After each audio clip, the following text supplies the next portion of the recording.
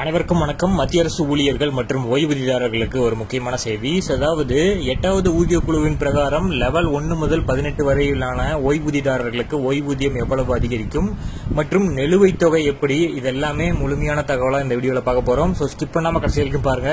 நம்ம சேனலை சப்ஸ்கிரைப் பண்ணாதவங்க பண்ணி வச்சுங்க. நம்ம சேனல்ல சென்ட்ரல் மற்றும் ஸ்டேட் கவர்மெண்ட் சம்பந்தமான ஆல் அப்டேட்ஸ் போட்டுருவோம்.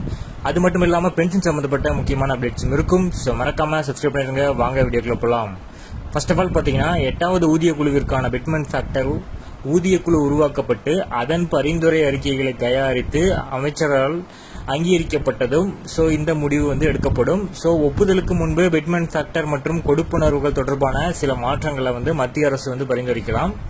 ஓய்வூதியதாரரோட அடிப்படை ஓய்வூதியத்தை பிட்மெண்ட் ஃபேக்டர் எவ்வாறு மாற்றுகிறது என்பதை இந்த வீடியோவில் பார்க்கலாம்.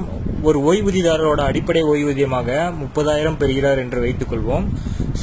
1.92, 2.08, 2.28 அல்லது 2.57 ஆக பிட்மெண்ட் ஃபேக்டர் நிர்ணயிக்கப்பட்டால் அவருக்கான ஓய்வூதியம் என்னவாக இருக்கும் அப்படிங்கறத பார்க்கலாம். அதுல 1.92 பிட்மெண்ட் ஃபேக்டர் உயர்ந்துச்சுன்னா அவருக்கு 57,600 ரூபாயும், 2.08 பிட்மெண்ட் ஃபேக்டராக இருந்தால் 62,400 ரூபாயும், 2.28 ஆக இருந்துச்சுன்னா பிட்மெண்ட் ஃபேக்டர் 68,400 ரூபாயும், 2.57 பிட்மெண்ட் ஃபேக்டர் இருந்துச்சுன்னா 77,100 ரூபாயும் இருக்கும்.